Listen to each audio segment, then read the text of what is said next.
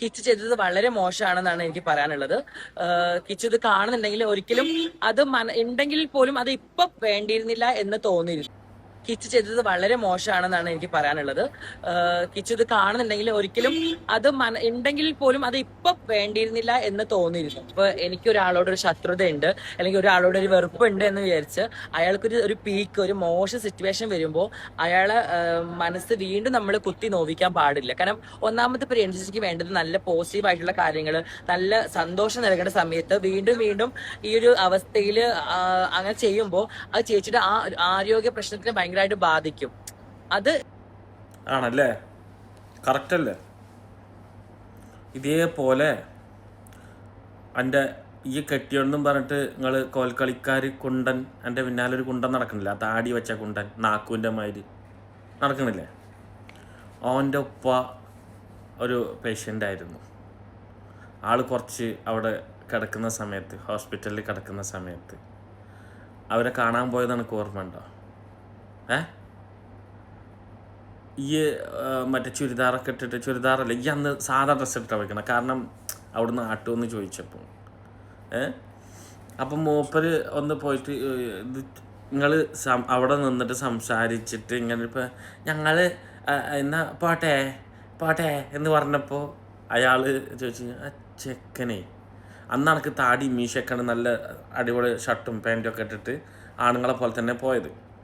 പോയിട്ട് തിരിച്ചു വരുമ്പോൾ അങ്ങനെ പാട്ടെ പാട്ടെ എന്ന് പറഞ്ഞിട്ട് കുണുങ്ങി നടന്നപ്പോൾ അവരവിടുന്ന് ഹോസ്പിറ്റലിലുള്ള കുറച്ച് ആൾക്കാർ ചോദിച്ചിട്ടുണ്ടായിരുന്നു, ഇതിനെ കണ്ടിട്ട് ഒരു ലെവലല്ല, ഇതൊരു കൊണ്ടനാണോ എന്ന് ചോദിച്ചിരുന്നു.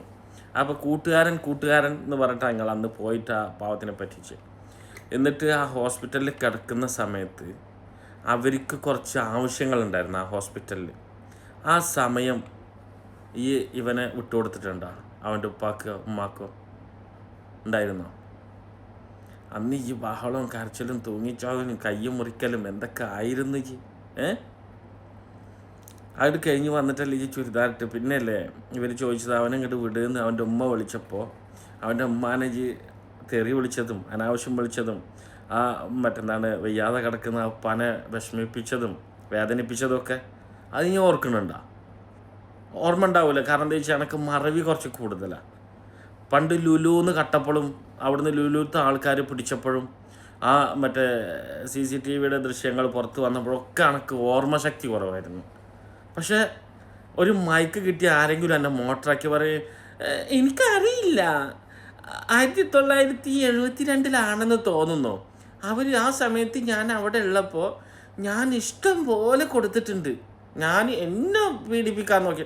നിനക്ക് ആ ഓർമ്മകൾ അപ്പോൾ ഓർമ്മ വരും, പക്ഷെ നീ കട്ടത് ഓർമ്മയില്ല, മറ്റുള്ളവരെ വേദനിപ്പിച്ചത് ഓർമ്മയില്ല, മറ്റുള്ളവരെ പോയിട്ട് ചൊറിഞ്ഞത് ഓർമ്മയില്ല, ലൈവിലിരുന്നിട്ട് ഓരോ പെണ്ണുങ്ങളെ അനാവശ്യം വിളിച്ചത് ഓർമ്മയില്ല. നീ നമ്പർ 1 കൂട്ടി കൊടുക്കുകയായിരുന്നു. അതിൻ്റെ തെളിവുകൾ എല്ലാവരുടെ കയ്യിലുണ്ട്. ആ തെളിവ് ഞാൻ യൂട്യൂബിലിടുന്നുണ്ട്. ഞാനും ഒരു യൂട്യൂബ് ചാനൽ തുടങ്ങിയിട്ടുണ്ട്, ഫഹദ് ഫല 007 എന്ന് പറഞ്ഞിട്ട്. നിങ്ങൾ അതൊന്ന് കണ്ടാൽ മതി. ഇവൻ്റെ A to Z കാര്യം ഞാൻ ആ യൂട്യൂബിൽ കാണിച്ചു തരാം. ഓരോ വോയിസുകളും ഞാൻ കൊടുന്ന് കാണിച്ചു തരാം. നീ ഓരോരുത്തരോട് പറയുന്നതും നീ ഓരോരുത്തരെ കാണിക്കുന്നതും ഒക്കെ ഇതൊക്കെ ഞാനും കണ്ടിട്ട് തന്നെ നീ ആ ഒരു ഇടപാടല്ലേ ചെയ്തിരുന്നത്, ആ ഇടപാട് ഞാനും കാണിച്ചു. എന്നിട്ട് നീ ഇപ്പോൾ ഒരു ചുരിദാർ ഇട്ട് ഒരു മേക്കപ്പും പുട്ടിയൊക്കെ കയറ്റിയിട്ട് ആരെങ്കിലും ഉണ്ട് മോട്ടറാക്കി കഴിഞ്ഞാൽ ഈ മറ്റേ എയർ ഇന്ത്യ എക്സ്പ്രഷനൊന്നും അല്ല പോണത്, അതിനെക്കാട്ടിൽ സ്പീഡിലാണ് പോണത്. എന്തും വായി തോന്നിയത് എന്തും കോതക്ക് പാട്ടെന്ന് പണ്ട് പറഞ്ഞ മാതിരി അനക്ക് വായി തോന്നിയത് അനക്ക് വിളിച്ച് പറയാം, അങ്ങനെ ഒരു ഇതായി മാറിയിരിക്കുക. എന്നിട്ടായി കഴിഞ്ഞ് കഴിഞ്ഞാൽ ഞാനതപ്പോൾ ഫ്രീ ആയിട്ട് പറഞ്ഞല്ലേ.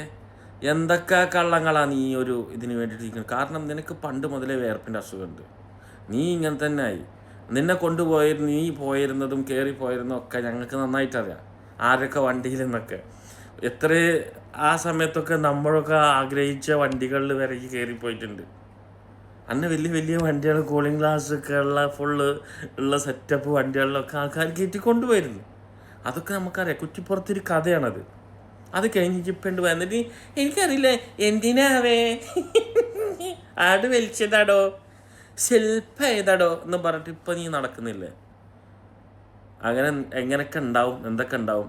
പിന്നെ നിനക്ക് മഞ്ഞ ചുരിദാർ മേടിച്ച് തന്ന ആ ചേച്ചിയൊക്കെ സെറ്റായി. ചേച്ചി വലിയ വീട് വെച്ചു, ഇപ്പോൾ ജിമ്മ് തുടങ്ങി, മറ്റേ വീടിൻ്റെ മേലെ ബാറ്, പൂള്, എന്തൊക്കെ സംഭവമാക്കിയെന്നറിയാം.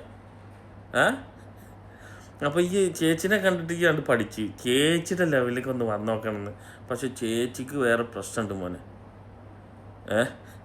ചേച്ചിക്ക് അവിടെ കൊലയല്ല, സ്ഥലം മാത്രമേ ഉള്ളൂ. നിനക്ക് അങ്ങനെയല്ല, നിനക്ക് കൊലയും 2 തേങ്ങയൊക്കെ ഉണ്ട്. അത് ഈ മുറിച്ച് മാറ്റാതെ ഈ നാഗാക്ക പറഞ്ഞമാരും പറയണം. നീ അതൊന്നും മുരുത്തി വെച്ചിട്ടൊന്നും കാര്യമല്ല മക്കളെ. നീ അതിനെയൊക്കെ നിവർത്തി പിടിക്കാൻ നോക്കണം. എന്നിട്ട് ഇങ്ങനെ വരുന്നത് ഇങ്ങനെ ആക്കണം. മനസ്സിലായോ? അങ്ങനെയൊക്കെയാണ്. നിന്നെ എവിടെ തൊട്ടിട്ടാ നിന്റെ നാഗാക്ക പറഞ്ഞത് അസല് പെണ്ണാന്ന് തടവി വെക്കുകയോ? അത് കഴിഞ്ഞിട്ട് അസല് പെണ്ണാ പറഞ്ഞിട്ട് നാഗാക്ക ഇതോടെ കാണിക്കുന്നുണ്ട്. മുഴുത്തതാണ്. നാണമുണ്ടോ നാറി നിനക്ക്? ഉണ്ടോ? നീ ഇങ്ങനെ ഓരോന്ന് കൊണ്ടുവന്നിട്ട് പിന്നെ നിന്റെ മൂട്ടിൽ ക്യാമറയും പിടിച്ച് നടക്കുന്ന കഴിവേറിയുള്ളതാ പറയുന്നത്. നാണമില്ലടാ. വേറെ വല്ല പണിക്കും പോയിക്കൂടെ ഇതിനെക്കാട്ടും നല്ലത് അല്ലേ? എന്നിട്ട് അവൻ എല്ലാവരെയും പോയിട്ട് ഒരു ഉണ്ടാക്കലും, അവൻ വലിയ ഒരു കുണ്ടൻ ഉസ്താദ് വന്നിക്കണ്. അതാ ഇവൻ ചില സമയത്ത് ഉസ്താദാവും, ചിലപ്പോൾ ദേവി, ചിലപ്പോൾ ബീവി, ചിലപ്പോൾ മൂദേവി. അതാണ് ഇപ്പം ഇവൻ്റെ റോള്. നാണമില്ലാത്ത കൈത. എന്നിട്ട് പൊന്നാരം പറയാൻ വന്നിക്കണ്. അവിടെ നിന്ന് പോട ചെറ്റ.